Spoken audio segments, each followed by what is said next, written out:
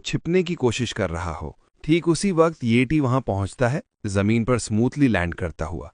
उसे तुरंत पता चलता है कि फर्स्ट एकेडमी के छात्र अभी इस इलाके में नहीं पहुंचे हैं। उसकी नज़र उस ताज़ा लसलसे पर पड़ती है जो राक्षस ने छोड़ा है। बिना हिचकिचाए वो झुकता है और उसे छूता है, ये जानने की कोशिश करता हुआ कि राक्षस कितनी देर पहले यहां से गुजरा। उस निशान का पीछा करते हुए वो इस ढहती हुई इमारत की ओर बढ़ता है और ठीक बाहर रुक जाता है, खामोश खड़ा होकर उस मौजूदगी को महसूस करता हुआ जो अंदर है।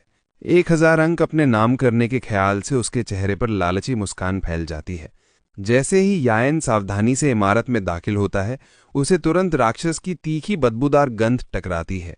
उसे पता है कि राक्षस पास ही है, फिर भी वो बिना डर के आगे बढ़ता है। उसकी ऊर्जा चारों ओर की जगह को भरने लगती है।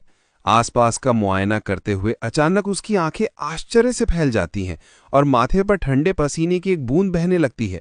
ठीक उसके सामने वो विशाल राक्षस है, उसका मुंह खुला हुआ, जो छत से टपकते किसी अजीब तरल को पी रहा है। उस तरल का स्रोत है एक चमकदार पत्थर और उससे गिर रहा द्रव साफ तौर पर साधारण पानी नहीं है। येटी बिना वक्त गंवाए अपनी तलवार म्यान से निकालता है। 1000 अंक पहले हासिल करने और उस अजीब तरल को बाद में देखने की सोचते हुए मुस्कुराता है। आंखों में जलती हुई दृढ़ता के साथ वो राक्षस की ओर सीधा दौड़ पड़ता है, लेकिन राक्षस उसे भांप लेता है और तुरंत प्रतिक्रिया देता है। वो अप्रत्याशित गति से हवा में उछल पड़ता है, जिससे यायन चौंक जाता है। जैसे ही यायन बचने की कोशिश करता है, राक्षस अपनी विशाल हथेली जमीन पर पटकता है, जिससे एक शक्तिशाली झटका लहर निकलती है जो उसे पीछे धकेल देती है। फिर भी वो हार नहीं मानता। वो तेजी से अपना धनुष उठाता है और पलक झपकते ही 3 तीर निकालकर राक्षस पर दाग देता है। 2 तीर सीधे राक्षस की आंखों में लगते हैं और खून तुरंत छलक पड़ता है। राक्षस दर्द और पीड़ा में चीखता हुआ। यायन अपनी तलवार को मजबूती से पकड़कर फिर से राक्षस की ओर दौड़ता है और उस पर वार करता है। उस प्रहार की तीव्रता इतनी जबरदस्त है कि यायन के हाथ कांपने लगते हैं। वो राक्षस के शरीर पर तलवार से बार बार वार करता है, उसका मांस काटता हुआ। दर्द में तड़पता राक्षस अपना खून चारों ओर छिड़कता है। इससे पहले कि वो विशाल राक्षस जमीन पर गिरे, पहले ही येटी उसके शरीर से कूद चुका होता है। जैसे ही लड़ाई खत्म होती है, येटी राहत की सांस लेते हुए एक दुष्ट मुस्कान बिखेरता है, ये स्वीकार करते हुए कि मुआ और उसका ग्रुप राक्षस को पहले कमजोर न करता तो वो इसे मार ही नहीं पाता। उसका ध्यान फिर तरल की ओर जाता है, सोचता है कि ये क्या हो सकता है, लेकिन उसके लिए ये मायने नहीं रखता क्योंकि राक्षस इसके पीछे था, यानी ये कोई खजाना ही होगा। बिना ज्यादा सोचे वो उसे टपकते तरल को अपने फ्लास्क में इकट्ठा करता है, बाद में जांच करने की सोचते हुए। इसके अलावा येटी राक्षस की एक आंख को अपनी तलवार से निकाल लेता है, ये सबूत के तौर पर कि उसने इसे मारा है। और चूंकि राक्षस के दिल का खून बेहद कीमती होता है, वो उसे भी एक और फ्लास्क में इकट्ठा कर लेता है। जैसे ही पत्थर आधा फ्लास्क भर देता है, येटी सोचता है कि ये काफी है। आखिरी बार वो छत पर लगे उस पत्थर को देखता है। उसके दिमाग में ख्याल आता है कि मो शियाओ का ध्यान इस चीज पर नहीं जाना चाहिए। बिना देर किए वो छत से लटके उस चट्टान को काटकर अपने बैग में डाल लेता है।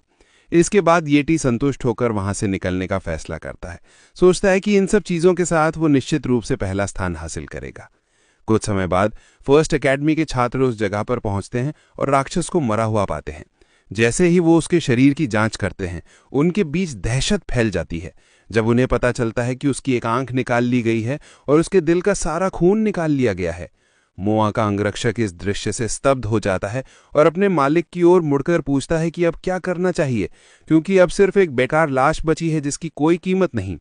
शियाओ के हाथ गुस्से से कांपने लगते हैं, उसके दांत पिसने लगते हैं और उसका चेहरा गुस्से से लाल हो जाता है।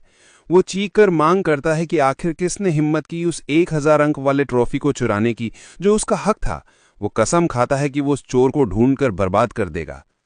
येटी उसी इमारत में छिपा रहता है, चुपके से फर्स्ट एकेडमी के छात्रों को देखता हुआ। बारिश की बूंदें लगातार गिर रही हैं, उसे भिगो रही हैं, जबकि वो ऊपर से सब देखता है।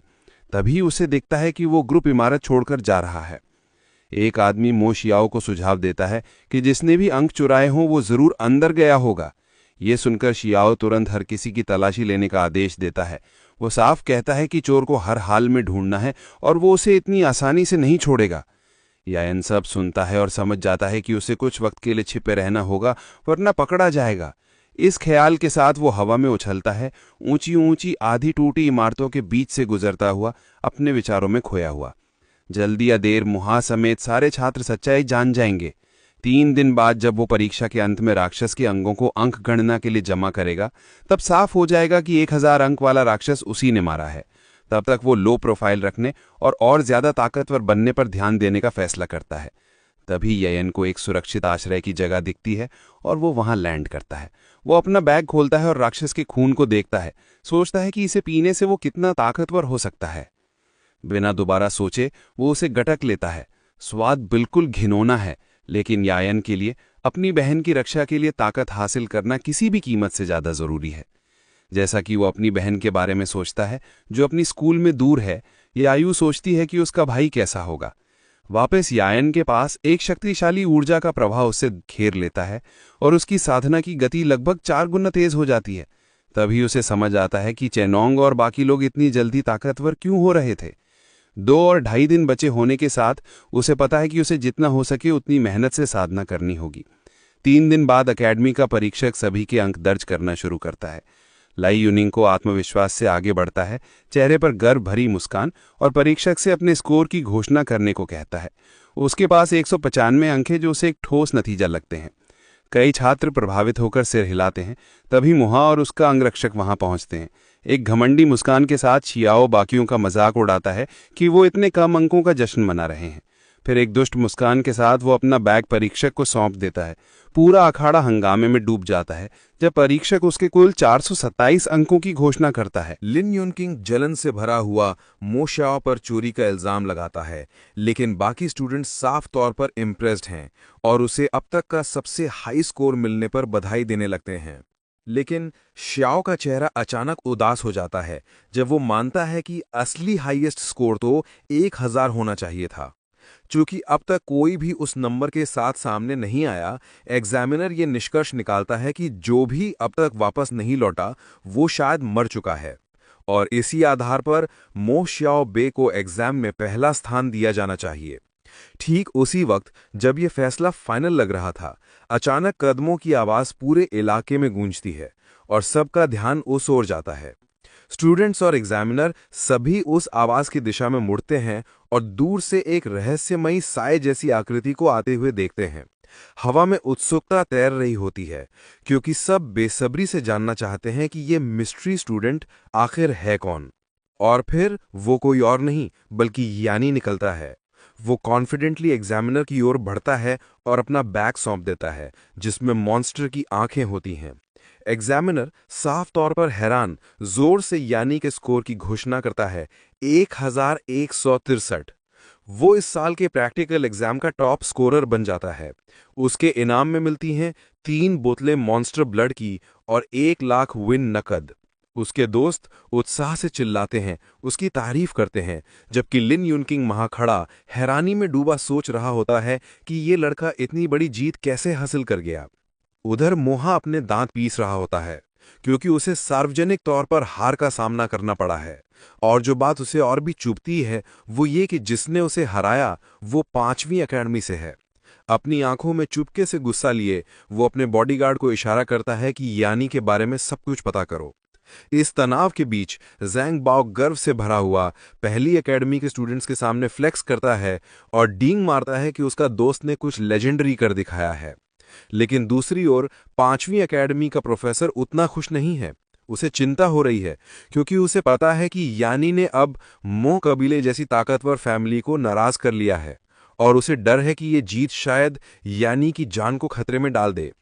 बाद में टॉप 3 पार्टिसिपेंट्स यानी शियाओ बे और लिन यूनकिंग अपनी फोटोज खिंचवाते हैं, जिसके साथ प्रैक्टिकल एग्जाम ऑफिशियली खत्म हो जाता है और फिर इनाम बांटे जाते हैं। पोडियम पर एक साथ खड़े होने के दौरान शियाओ यानी को तंज भरा तारीफ देता है, कहता है कि उसमें हिम्मत तो है कि उसने उससे चुराया। लेकिन इससे पहले कि माहौल और गर्म हो, लिन यूनिंग बीच में आकर यानी का बचाव करती है। कहती है कि जिस तरह शियाओ ने अपने पॉइंट्स कमाए, उसी तरह यानी ने भी अपनी स्किल से पॉइंट्स हासिल किए। फिर भी अपने घमंड को थामे शियाओ दावा करता है कि वो सबसे ताकतवर है। ये सुनकर यानी तुरंत उसे चैलेंज करता है, कहता है कि जब भी वो तैयार हो वो उससे फाइट कर सकता है, ताकि ये तय हो कि असली टाइटल का हकदार कौन है। यानी जानता है कि जब कोई ताकतवर या पॉलिटिकली कनेक्टेड इंसान तुम्हें टारगेट करता है तो भागने का कोई ऑप्शन नहीं होता। एकमात्र रास्ता है कि तुम इतने स्ट्रांग बन जाओ कि वो दोबारा तुम्हें चैलेंज करने की हिम्मत न करे। 3 दिन बाद यानी आखिरकार घर लौटता है। यायू तुरंत दौड़कर उसे गले लगाती है और चेक करती है कि कहीं उसे चोट तो नहीं लगी। वो राहत महसूस करती है जब वो देखती है कि वो बिल्कुल ठीक है। फिर यानी उसे सरप्राइज करता है एक बड़ी रकम दिखाकर और कहता है कि ये उसकी पढ़ाई और ज़रूरतों के लिए है। उनके इस मज़ेदार पल को तब रुकावट मिलती है जब वो एक रहस्यमयी किताब निकालता है, इलस्ट्रेटेड बुक ऑफ ट्रेजर्स। यायू उत्साह से उसके बगल में बैठती है और दोनों मिलकर किताब के पन्ने पलटते हैं। तभी यानी की नज़र एक तस्वीर पर पड़ती है, वही पत्थर जो उसने हंट के दौरान छत पर देखा था। इसे टेराकोर एलिक्सिर कहा जाता है, एक दुर्लभ पदार्थ जो किसी इंसान के नेचुरल टैलेंट को बूस्ट करता है, लेकिन ये सिर्फ लो या मिड लेवल टैलेंट वालों के लिए ही काम करता है। दिलचस्प बात यह है कि किताब में यह भी लिखा है कि कभी-कभी इसके आसपास और भी दुर्लभ टेरमोटियल स्टोन्स मिलते हैं जो हाई लेवल टैलेंट्स को भी बूस्ट कर सकते हैं। ये बात यानी को एहसास दिलाती है कि उस मॉन्स्टर ने शायद टेराकोर एलिक्सिर का इस्तेमाल करके खुद को और मजबूत किया होगा, और अब अनजाने में यानी ने इस बेहद कीमती खजाने को हासिल कर लिया बिना इसके असली वैल्यू को समझे। उसका ध्यान टूटता है जब यायू उसे टेराकोर एलिक्सिर देती है, जो अब एक छोटी शीशी में रखा है। लेकिन यानी को अब इसकी जरूरत नहीं है, इसलिए वो बस मुस्कुराता है और यायू से कहता है कि वो इसे पी ले, क्योंकि अब उसकी बारी है मजबूत बनने की। यायू पूरी तरह से शॉक्ड है। दोनों भाई बहन लाउंज में बैठे हैं, लेकिन उसे ये सब समझ नहीं आ रहा। वो एलिक्सिर पीने से मना करती है, कहती है कि उसका टैलेंट अभी तक जागा भी नहीं है और ये वेस्ट हो सकता है। जब वो उसका स्टेटस विंडो चेक करते हैं तो उसमें दिखता है कि उसका कल्टीवेशन टैलेंट लो टीयर का है और उसका पहला टैलेंट नोविस टीयर का है जो अभी तक जागा नहीं है। चूंकि उसका टैलेंट लो टीयर का है, टेराकोर एलिक्सिर पीने से निश्चित रूप से कुछ सुधार होगा, लेकिन यानी नहीं जानता कि यह सुधार कितना बड़ा होगा। फिर भी यायू सुझाव देती है कि इसे बेच देना चाहिए, क्योंकि इतनी कीमती चीज से बहुत सारा पैसा मिल सकता है। यानी इसकी, जैसा कि वो कहता है, बेवकूफ़ी भरी सलाह को इग्नोर करता है और किताब में फिर से देखता है। उसे पता चलता है कि जिस जगह पर एलिक्सिर मिला था वहां पर शायद एक दुर्लभ टेरमोडियल स्टोन भी हो सकता था। अब उसे अफसोस होता है क्योंकि उसने उस जगह को नष्ट कर दिया था। अगर ये बात बाहर निकल गई तो पोटेंशियल बायर्स को यकीन नहीं होगा कि उसके पास वो स्टोन नहीं है, और हो सकता है कि वो इसके लिए उसके पीछे पड़ जाएं। यायू हैरान रह जाती है, कहती है कि ये तो पूरी तरह से बर्बादी है। एलेक्सिर को भी बर्बाद ना करने के लिए यानी जल्दी से उसे उठाता है और इससे पहले कि यायू कुछ कहे उसका मुंह खोलकर उसे जबरदस्ती पिला देता है। यायू खांसती है, गुस्सा करती है, लेकिन फिर उसे एक गर्म और आरामदायक एहसास होने लगता है। लेकिन जब वो उसका स्टेटस फिर से चेक करते हैं तो उसका कल्टीवेशन टैलेंट अभी भी लो टीयर ही दिखता है। यानी सोच में पड़ जाता है कि शायद किताब गलत हो। यायू नींद महसूस करते हुए सोफे पर लेटकर आराम करने का फैसला करती है। यानी थोड़ा और इंतजार करने का फैसला करता है, सोचता है कि शायद एलिक्सिर का असर अभी तक शुरू नहीं हुआ। लगभग 1 घंटे बाद यायू सोफे पर गहरी नींद में है और यानी उसी लाउंज में टेबल के पास बैठा है। अचानक यायू से टैलेंट ऑरा की तेज लहरें निकलने लगती हैं। यानी तुरंत उसका स्टेटस विंडो चेक करता है और हैरान रह जाता है। उसका कल्टीवेशन टैलेंट अब मिड टीयर हो गया है, यानी 2 पूरे टीयर का सुधार। मिड टीयर कल्टीवेशन टैलेंट और उसके रेयर फ्रॉस्ट टैलेंट को मिलाकर यानी को यकीन है कि यायू भविष्य में टॉप रैंकिंग मार्शल वॉरियर बन सकती है।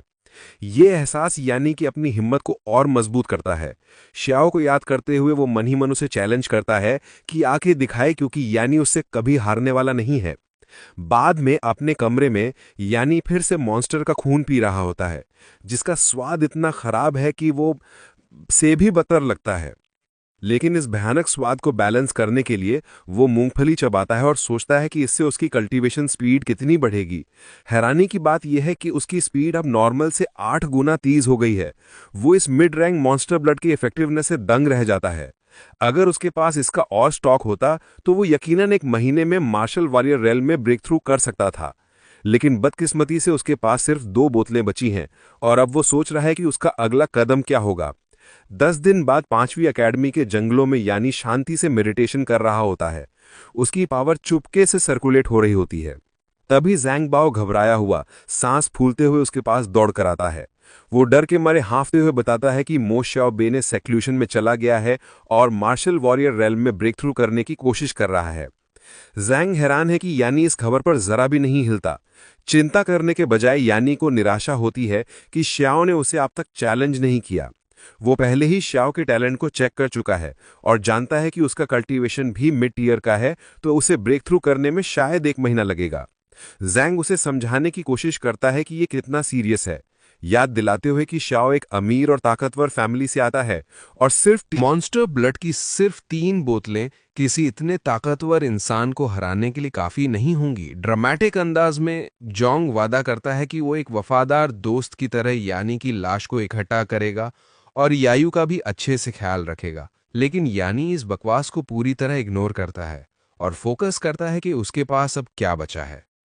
कुछ लो रैंक मॉन्स्टर ब्लड और मॉन्स्टर के दिल का खून, इनके साथ वो शायद एडवांस्ड मार्शल अप्रेंटिस रैंक तक पहुंच सकता है, जो मार्शल वॉरियर रियल्म से बस एक छोटा सा कदम नीचे है।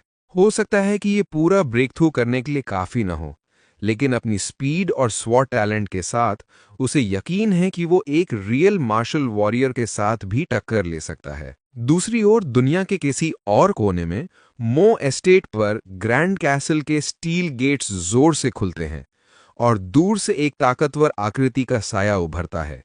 ये कोई और नहीं बल्कि मो श्याओबे है। उसका बॉडीगार्ड तुरंत झुककर सम्मान देता है और उसे मार्शल वॉरियर रियल में सफलतापूर्वक पहुंचने की बधाई देता है। मो श्याओबे का पूरा काया पलट हो चुका है।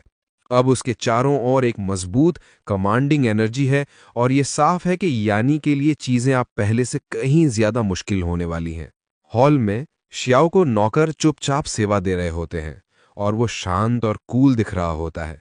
तभी लिनहाई बेस की अमीर और प्रतिष्ठित मो फैमिली का एलीट मार्शल वॉरियर और मो श्याओ का पिता मो एन कमरे में दाखिल होता है। मो एन बेहद खुश है कि उसका बेटा अपनी सेक्लूट ट्रेनिंग पूरी कर चुका है और उसे तारीफ करता है कि वो एक फुल फ्लेज्ड मार्शल वॉरियर बन गया है। श्याओ अब साफ तौर पर पहले से कहीं ज्यादा मजबूत और कॉन्फिडेंट अपने पिता को ये यकीन दिलाता है कि वो कभी मो फैमिली के नाम को बदनाम नहीं करेगा। जब मोएन उसे बताता है कि फैमिली का एंसेस्टर उसे पर्सनली रिवॉर्ड करेगा, श्याओ तुरंत घुटनों पर बैठ जाता है, अपने पिता और एंसेस्टर्स का दिल से शुक्रिया अदा करता है जिन्होंने सालों से उसे गाइड और सपोर्ट किया। उसका पिता उसे ज्यादा देर घुटनों पर नहीं रहने देता और प्यार से कहता है कि वो उठे, खाना खाए और अपने सारे फेवरेट फूड और ड्रिंक्स का मजा ले, जो खास तौर पर उसके ऑर्डर पर तैयार किए गए हैं। जैसे ही मोएन कमरे से निकलता है, श्याओ का चेहरा अचानक गंभीर हो जाता है।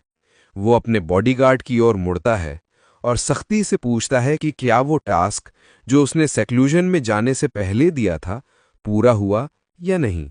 बिना हिचकिचाए बॉडीगार्ड उसे बताता है कि यानी के पास न कोई माता पिता है, न कोई फैमिली टाइज और न ही कोई पॉलिटिकल या इन्फ्लुएंशियल बैकिंग। इसका मतलब है कि श्याओ जैसा चाहे यानी से डील कर सकता है। ये सुनकर कि उसका दुश्मन पूरी तरह असुरक्षित है, श्याओ तय करता है कि अब गेम खत्म करने का वक्त आ गया है, लेकिन वो इसे और एंटरटेनिंग तरीके से करना चाहता है। यानी को कमजोर समझते हुए श्याओ अपने बॉडीगार्ड को उसकी हत्या का इंतजाम करने को ऑर्डर देता है। बॉडीगार्ड चेतावनी देता है कि उनके टेरिटरी में मर्डर करना कॉम्प्लिकेशंस पैदा कर सकता है, लेकिन श्याओ जिद करता है कि इसे चुपके से एक शैडो असैसिन के जरिए किया जाए। बॉडीगार्ड थोड़ा हिचकिचाता है, कहता है कि एक शैडो असैसिन को हायर करने में कम से कम 10 लाख यूएन का खर्च आएगा और शायद इसके लायक ना हो, लेकिन श्याओ अपनी रीजनिंग समझाता है। लिनहाई बेस में सिर्फ कुछ ताकतवर फैमिलीज का कंट्रोल है और बाकी सब गुलामों की तरह जीते हैं। जब गरीब कॉमनर्स में टैलेंट के संकेत दिखते हैं तो एलिट्स तुरंत उन्हें खत्म कर देते हैं ताकि अपनी पावर बरकरार रख सकें। उधर 5वीं एकेडमी के जंगल में यानी घंटों से ट्रेनिंग कर रहा है। उसका शरीर एक मजबूत ऑरा से घिरा हुआ है। जब उसे बारिश आने का एहसास होता है, वो घर की ओर चल पड़ता है। मूसलाधार बारिश में चलते हुए उसे अचानक पास में किसी की मौजूदगी महसूस होती है। वो तुरंत अपना स्टेटस विंडो चेक करता है। वहां लिखा है लाई कुन, जिसके पास शैडो टैलेंट है। इससे पहले कि यानी पूरी तरह समझ पाए, लाई कुन पास की छत से कूदकर तलवार से उस पर हमला करता है। यानी आखिरी मोमेंट में हमला चकमा देता है और गुस्से में पूछता है, तू कौन है? लाइकोन एक डरावनी मुस्कान के साथ जवाब देता है, साफ कर देता है कि वो उसे मारने आया है। उसकी आंखें खून से लाल हैं और उसके दांतों के बीच एक लाल खंजर दबा हुआ है। उसका डरावना रूप यानी के दिमाग को तेजी से दौड़ाने पर मजबूर करता है। वो समझने की कोशिश करता है कि आखिर माजरा क्या है। पहले तो उसे शक होता है कि ये मो श्याओ बे का भेजा हुआ असैसिन हो सकता है, लेकिन फिर कुछ गड़बड़ लगता है। श्याओ पहले से ही इतना ताकतवर है कि वो खुलेआम उसका सामना कर सकता है, फिर चुपके से हमला क्यों करवाएगा? ये कन्फ्यूजन उसके दिमाग में रहता है, लेकिन उसके पास सोचने का वक्त नहीं है। लाइकोन अचानक हवा में ऊंचा उछलता है, उसका खंजर आगे की ओर तना हुआ है, हमले के लिए तैयार। यानी फटाफट अपनी तलवार उठाता है, हमले को ब्लॉक करता है और फिर पीछे छलांग लगाता है। तभी उसे एहसास होता है कि लाइकुल गायब हो गया है। तब उसे शैडो टैलेंट की सच्चाई समझ में आती है। ये इनविजिबल होने की ताकत देती है।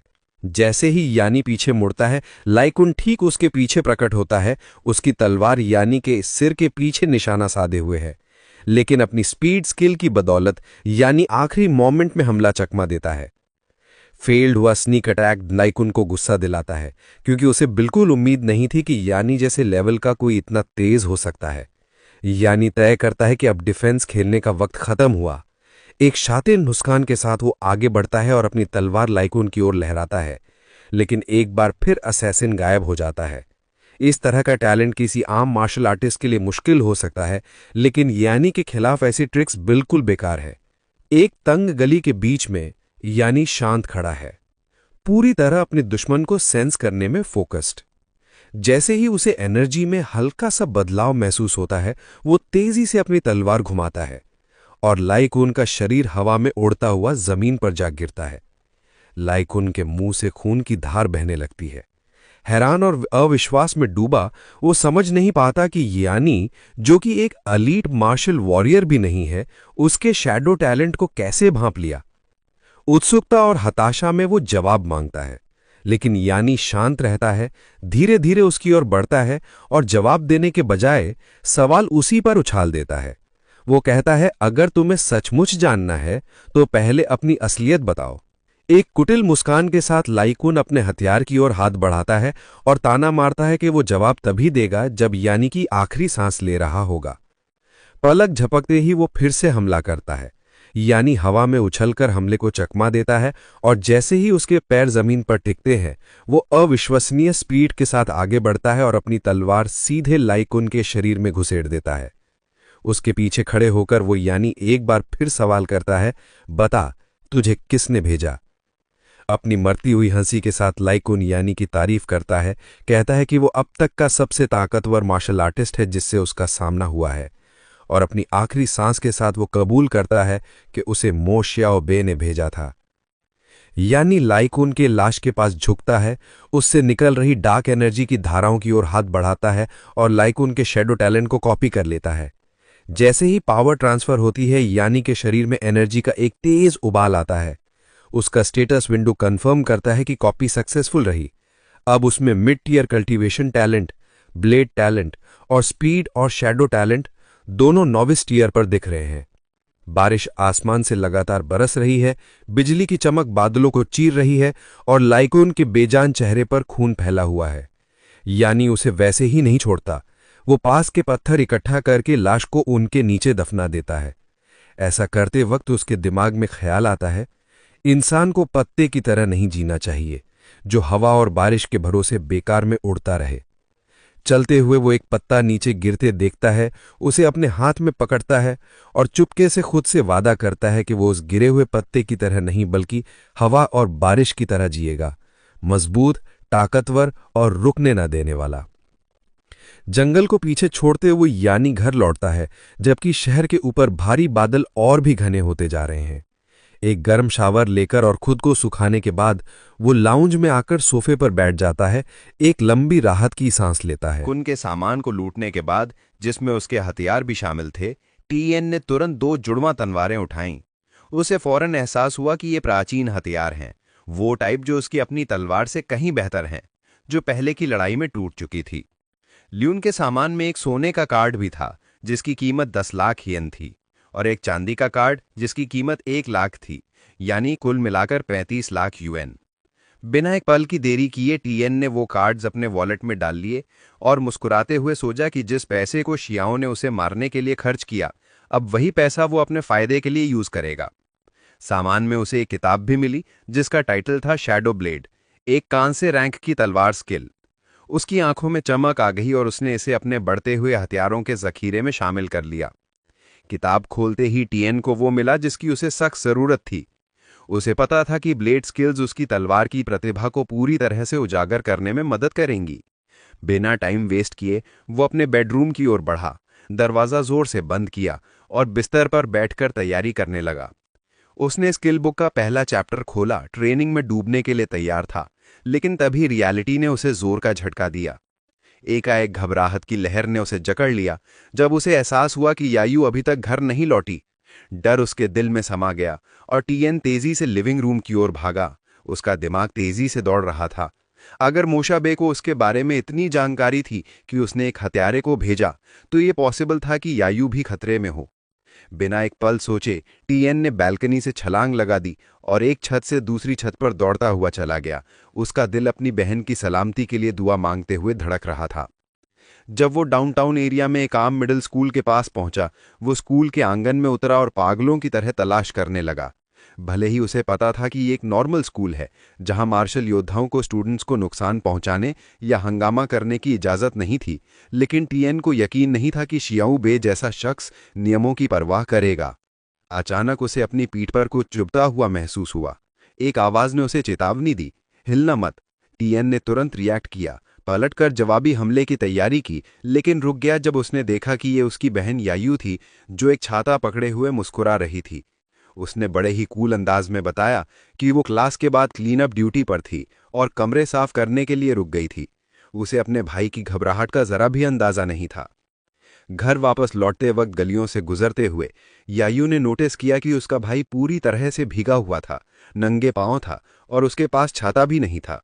चिंता में पड़कर उसने पूछा, भाई क्या हुआ, इतने गीले क्यों हो? लेकिन टीएन ने सच बताने के बजाय एक हल्का सा बहाना बना दिया। फुटपाथ पर चलते हुए एक चमकदार काली टिंटेड कार सड़क के किनारे धीरे धीरे चल रही थी।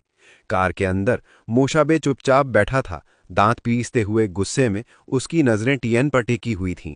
उसे समझ नहीं आ रहा था कि उसका टारगेट अभी भी जिंदा और सही सलामत क्यों है, और यायू को अपने भाई के साथ इतने बेफिक्र अंदाज में चलते देखकर उसका गुस्सा और भड़क गया। घर लौटते वक्त भाई बहन एक सॉसेज की दुकान पर रुके।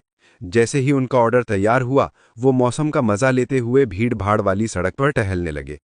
टीएन ने बड़े ही कूल अंदाज में यायू से पूछा, बताओ डिनर में क्या खाओगी? आज मैं कुक कर रहा हूं। थोड़ा सोचने के बाद यायू ने उसका सिग्नेचर डिश, उबले हुए मांस के टुकड़े, मांगा। इसी बीच वही काली टिंटेड कार अभी भी उनका पीछा कर रही थी, लेकिन इस बार टीएन ने उसे नोटिस कर लिया और समझ गया कि कोई उन्हें स्टॉक कर रहा है। यायू को बिना शक होने दिए वो दोनों सेफली अपने अपार्टमेंट पहुंच गए।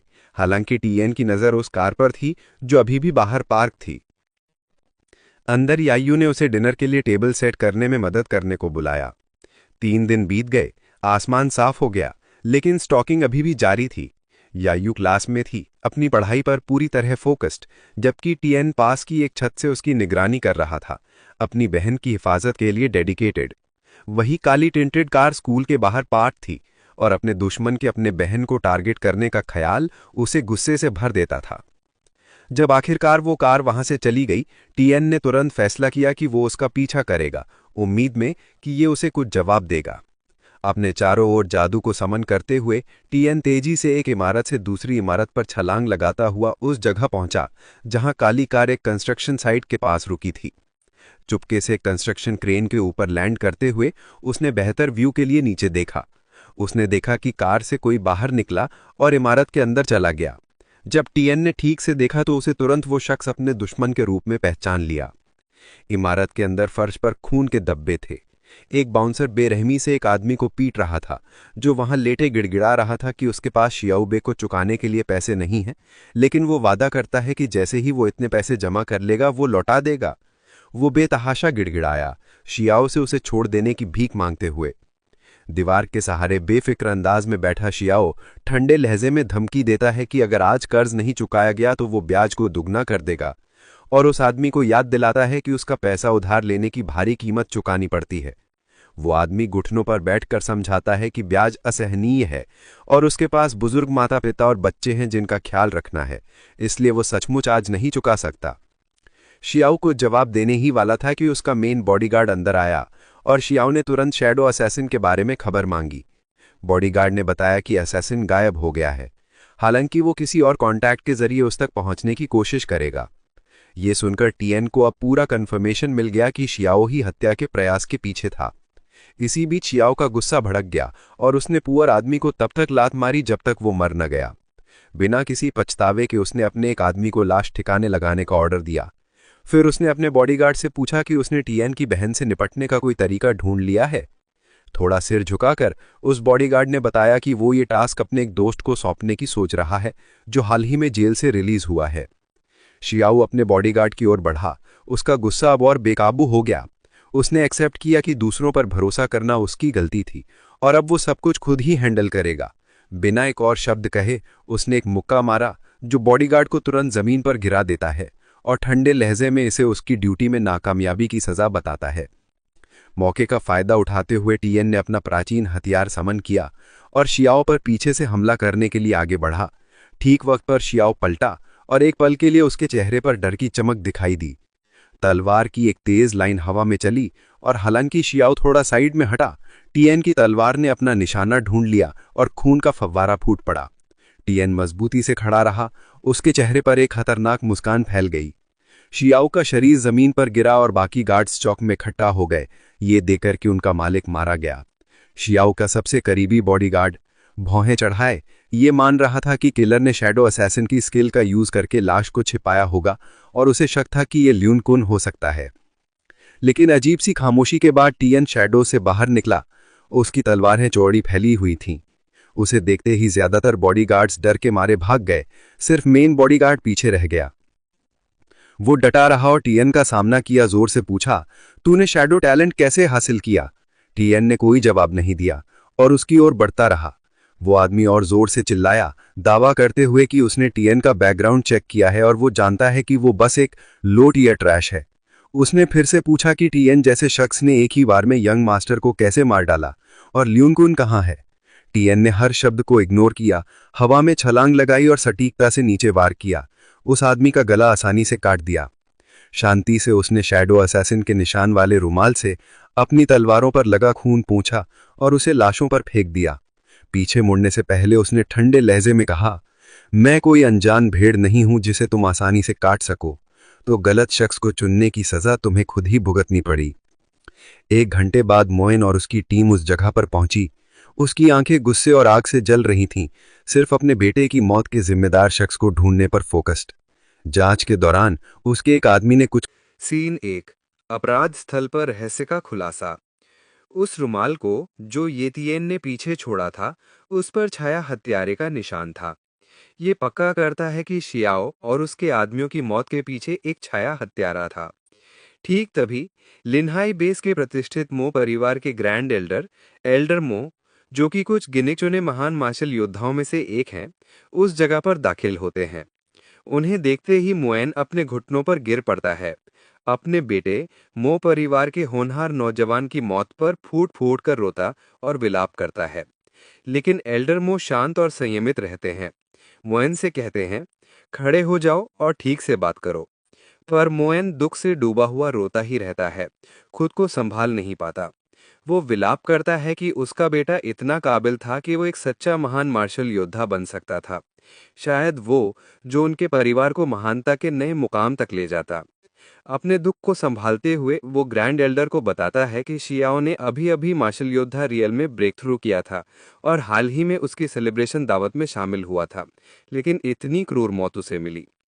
ग्रैंड एल्डर सहमति जताते हैं कि शियाओ में अपार संभावनाएं थी और वो उनके बाद परिवार का दूसरा महान मार्शल योद्धा बन सकता था। इस त्रासदी ने उनके परिवार के भविष्य को पूरी तरह बदल दिया है। इतना कहते हुए मोएन ग्रैंड एल्डर को अपराध स्थल पर मिला रुमाल सौंपता है और विनती करता है कि उसके बेटे की हत्या को बेकार न जाने दे, शियाओ का बदला लें। ग्रैंड एल्डर रुमाल को गौर से देखते हैं और तुरंत पहचान लेते हैं कि ये छाया हत्यारे का है। वो मानते हैं कि कोई ऐसा परिवार जो उनसे दुश्मनी रखता हो, इसके पीछे हो सकता है, क्योंकि सिर्फ वही इतने खतरनाक हत्यारे को चुपके से हायर करने की ताकत और मकसद रखते हैं जो इतने प्रभावशाली शख्स को खत्म कर सके। लेकिन जैसे ही वो रुमाल को और करीब से देखने के लिए उठाते हैं, उनकी आंखें आश्चर्य से सिकुड़ जाती हैं। उन्हें उस पर आयरन फैंग का हल्का सा निशान दिखता है, जो उन्हें तुरंत चौंका देता है। सीन 2। स्कूल में जैंग बाओ की बातें। स्कूल में जैंग बाओ टीएन से आयरन फैंग बेस की ताकत के बारे में रैंट कर रहा है, जो कि जाहिर तौर पर उनके लिन्हाई बेस से कहीं ज़्यादा स्ट्रांग है। वो थोड़ा बताता है कि मो परिवार का ग्रैंड एल्डर शक करता है कि लिन्हाई बेस में कुछ परिवार चुपके से आयरन फैंग बेस के साथ मिले हुए हैं। शायद उनका मकसद है कि युवा पीढ़ी के होनहार लोगों को खत्म कर दें और फिर पूरे लिन्हाई बेस पर कब्जा कर लें। अपनी आवाज़ धीमी करते हुए जैंग कहता है कि उसने सुना है कि मो शियाओ को मार्शल योद्धा रियल में ब्रेक थ्रू करने के तुरंत बाद मार दिया गया। ये सुनकर टिएन शांत चेहरा बनाए रखता है, लेकिन अंदर ही अंदर उसकी हंसी छुप रही है, क्योंकि कोई उसे इस अपराध का शक नहीं कर रहा। उसी वक्त जैंग कहता है कि टिएन लकी है कि वो बच गया, क्योंकि शियाओ ने मार्शल योद्धा बनने के बाद उसका ख्याल रखने का प्लान बनाया था। चुपचाप सुनते हुए टिएन सोच में पड़ जाता है। उसे याद आता है कि उसने ही अपराध स्थल पर ली कुन का रुमाल, जिस पर छाया शब्द लिखा था, छोड़ा था ताकि शक उससे हट जाए। लेकिन उसे कभी नहीं लगा था कि ग्रैंड एल्डर उस रुमाल पर आयरन फैंग का निशान ढूंढ लेंगे। अब टिएन को समझ नहीं आ रहा कि क्या उसने गलती से आयरन फैंग की कोई छिपी साजिश उजागर कर दी, या फिर वो बूढ़ा अपनी पॉलिटिकल गेन के लिए चीज़ों को तोड़ मरोड़ रहा है। सीन 3। वाइल्ड जोन की ट्रेनिंग। अगली सुबह 4 बजे टिएन जागता है और ट्रेनिंग के लिए तैयार होता है। जैसे ही वो निकलने वाला होता है, उसकी बहन यायू उसे रोक लेती है। चिंतित होकर पूछती है, इतनी सुबह कहाँ जा रहे हो? टिएन उसे बताता है कि वो वाइल्ड जोन में ट्रेनिंग के लिए जा रहा है। उसे जितनी जल्दी हो सके और स्ट्रांग होना है। यायू नाराज होकर मुंह बनाती है कि वो कुछ दिन पहले ही लौटा था और अब फिर जा रहा है। इससे पहले कि वो बाहर कदम रखे, यायू दौड़कर उसे पीछे से गले लगा लेती है। टिएन धीरे से वादा करता है, मैं जल्दी वापस आऊंगा। वाइल्ड जोन पहुंचकर टिएन आसपास को ध्यान से स्कैन करता है। अफवाहें हैं कि यहाँ हाई लेवल मॉन्स्टर्स घूम रहे हैं, लेकिन अपनी मौजूदा ताकत के साथ वो जानता है कि बहुत अंदर जाना ठीक नहीं। अभी के लिए वो बाहरी किनारे पर रहता है, जहाँ लो लेवल मॉन्स्टर्स छिपे हैं। सेफ खेलते हुए भी खुद को स्ट्रॉन्गर बनाने की कोशिश करता है। एक दृढ़ मुस्कान के साथ टिएन खुद से कहता है, इस बार मैं चाहे कुछ भी हो जाए मार्शल योद्धा बनूंगा। सीन 4। बख्तरबंद बैल का सामना। जैसे ही वो शिकार शुरू करता है, अचानक जमीन हिलने लगती है। टिएन के चेहरे पर पैनिक की लहर दौड़ जाती है। उसे लगता है कि शायद भूकंप आ गया है, लेकिन जब वो पीछे मुड़ता है तो उसे इसका सोर्स दिखता है। एक बख्तरबंद बैल जिसमें कमजोर टीयर ब्लड लाइन टैलेंट और लो टीयर डिफेंस टैलेंट है। वो उसका स्टेटस विंडो स्टडी करता है और खुद से बुदबुदाता है। शांति से सिचुएशन को एनालाइज करता है और सोचता है कि क्या मॉन्स्टर ने उसे देख लिया है। जवाब जल्दी मिलता है, क्योंकि बैल सीधे उसकी तरफ दौड़ पड़ता है। डॉज करने या पीछे हटने के बजाय वो अपना बैग जमीन पर फेंकता है और सीधे उसका सामना करने के लिए आगे बढ़ता है। हवा में छलांग लगाकर वो अपनी प्राइमोर्डियल डैगर समन करता है और वार करता है, लेकिन मॉन्स्टर अपने डिफेंस टैलेंट को एक्टिवेट करता है, जिससे उसके चारों ओर एक शील्ड बन जाती है जो हर तरफ से हमले को रोक लेता है। बैल दहाड़ता है, एक ताकतवर शॉकवेव छोड़ता है जो टिएन को पीछे धकेल देता है और उसे पास की चट्टान से टकरा देता है। इस हिट के बावजूद टिएन एक शैतानी मुस्कान के साथ खड़ा होता है, मॉन्स्टर के टैलेंट की तारीफ करता है और ऐलान करता है, ये जल्द ही मेरा होगा। दोनों प्राइमोर्डियल डैगर्स पकड़कर वो आत्मविश्वास के साथ फिर आगे बढ़ता है, जबकि मॉन्स्टर अपनी जगह पर खड़ा रहता है, तीव्रता से दहाड़ते हुए अगले वार की तैयारी करता है। मॉन्स्टर अपने खुर से जमीन पर प्रहार करता है, उसकी आंखें लाल आग से जल रही हैं और वो मुंह खोलकर आगे बढ़ता है। टिएन अपनी डैगर उठाता है, मुस्कुराता है और खुद से वादा करता है कि वो इस लो टीयर डिफेंस टैलेंट को अपना बनाएगा। बिना हिचकिचाए वो आगे बढ़ता है और बैल के विशाल शरीर पर छलांग लगाता है। सीन 5। कमजोर जगह की खोज। बैल के सिर के ऊपर पहुंचकर टिएन को याद आता है कि ज्यादातर मॉन्स्टर्स की एक ही कमजोर जगह होती है। अपने हथियारों को कसकर पकड़ते हुए वो डैगर्स को बैल के प्रोटेक्टिव फील्ड में घुसेरता है। वो अपनी पूरी ताकत लगाता है, लेकिन बैरियर टच से मस नहीं होता। फिर उसकी डैगर उसी जगह पर दोबारा वार करती है और शील्ड में एक दरार दिखती है, लेकिन इस प्रोसेस में डैगर टूट जाती है। टिएन को उम्मीद नहीं थी कि लो टीयर डिफेंस टैलेंट वाला मॉन्स्टर इतना टफ होगा। जैसे ही वो बैल पर फिर फोकस करता है, मॉन्स्टर अपनी मुट्ठी घुमाता है और उसे उड़ा देता है। दांत घिसते हुए टियन कंट्रोल करने की कोशिश करता है, लेकिन वो चट्टानों के ढेर में जा गिरता है, जिससे धूल का बादल उड़ जाता है। फिर भी वो हार नहीं मानता। अपनी दूसरी डैगर को कसकर पकड़ते हुए वो और भी ज्यादा दृढ़ता के साथ खड़ा होता है। उस टैलेंट को हासिल करने का जुनून और भी बढ़ जाता है। जितना दर्द वो महसूस करता है, उतना ही वो उस टैलेंट को चाहता है। अचानक उसके सामने एक नोटिफिकेशन पॉपअप होता है जो बताता है कि टैलेंट कॉपी करने का कूलडाउन 16 दिन